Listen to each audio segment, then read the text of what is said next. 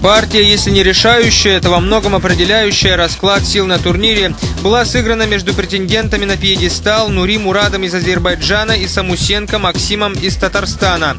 Оба спортсмена к ключевому для себя матчу подошли в блестящей форме, без единого поражения. В итоге поединок выдался по оценкам знатоков образцово-показательным. Состоялась так называемая гроссмейстерская ничья.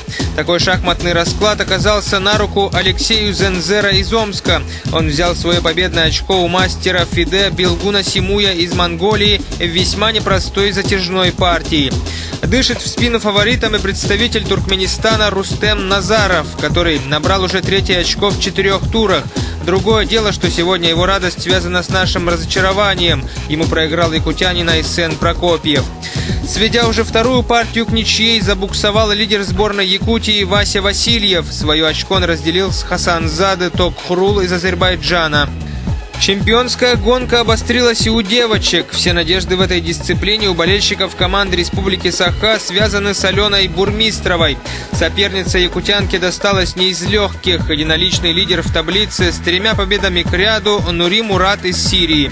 Волноваться было за что, ведь при победе над конкуренткой сирийка могла едва ли не досрочно праздновать общую победу.